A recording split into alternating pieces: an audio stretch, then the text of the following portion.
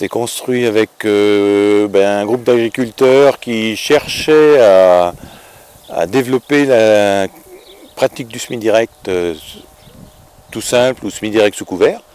Et comme n'ayant pas de technicien référent ou capable de nous aider, on a formé un groupe.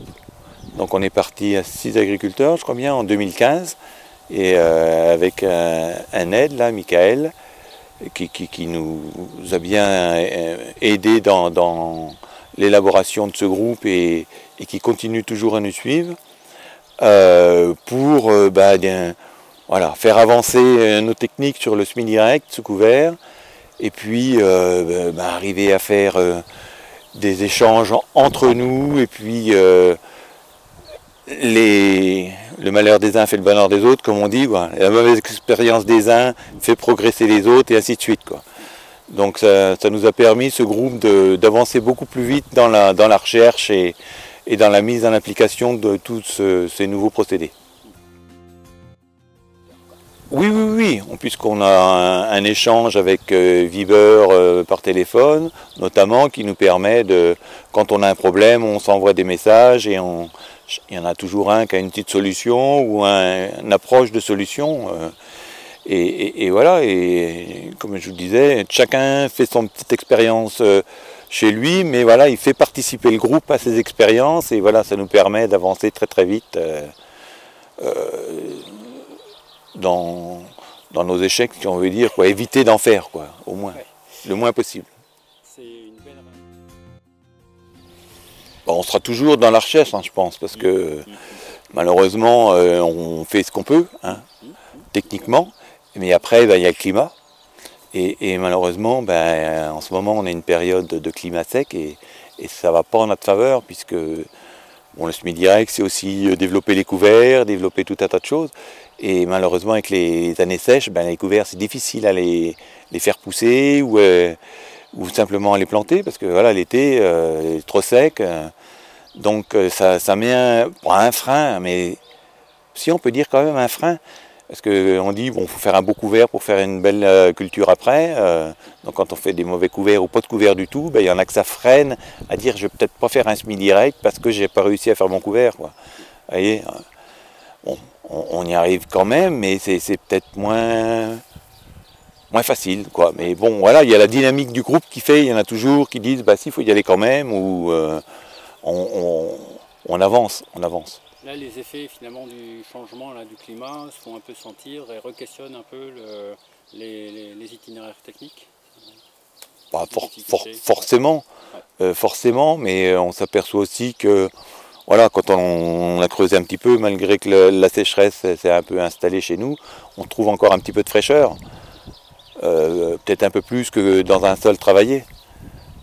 Ça permet d'avoir, c'est pas un arrosage, mais peut-être un petit peu plus de rétention d'eau que dans les autres sols. Voilà, et les plantes aussi s'enracinent mieux, vont chercher un peu plus profondément l'eau. Voilà, c'est un plus. Bon, on ne fait pas non plus des miracles par rapport au conventionnel, hein, mais voilà, ça, plus ça. On a aussi moins de charges. Qui fait un ensemble. Forcément, on n'a pas toujours des rendements. Voilà, pas toujours, même pas forcément des rendements meilleurs que les autres. Il y en a qui font des meilleurs rendements, d'autres moins bons, hein, c'est vraiment hétérogène. Mais globalement, on a moins de charges, donc on arrive à s'en sortir, quoi. Et moins de travail. Ouais, ça c'est important. Ouais. Important.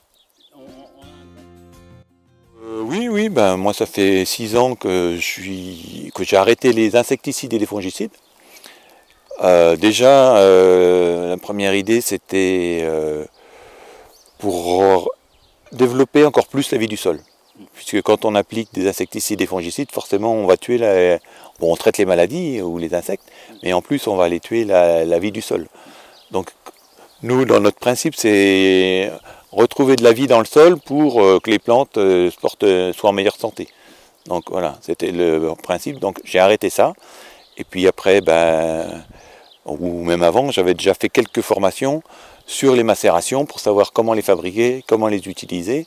Et voilà, je me suis lancé, ça fait 6 ans, à commencer à fabriquer mes macérations, mes premières macérations, et à les appliquer dans mes champs pour remplacer insecticides et fongicides sur toute la sole. Hein. J'ai pas de... que ce soit colza, blé, céréales, peu importe, tout est comme ça. Et j'ai bien vu une activité globalement assez importante qui a redémarré, quoi. Ah oui, ça a été un élément déclencheur. C'est accélérateur, un accélérateur de fonctionnement du sol. Ouais.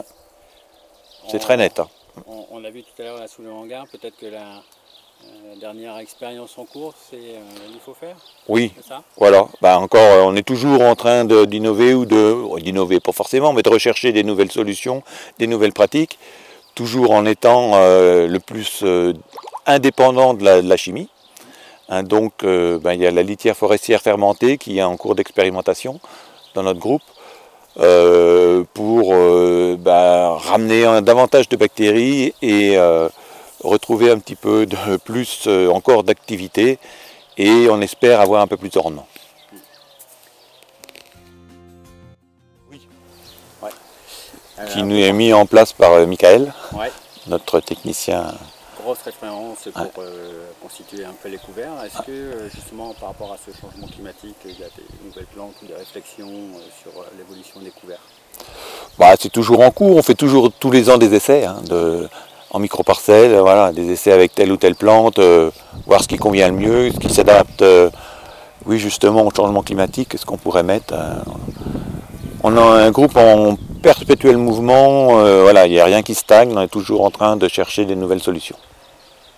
Super, merci. Merci de nous avoir accueillis. Merci d'être venu nous rendre visite.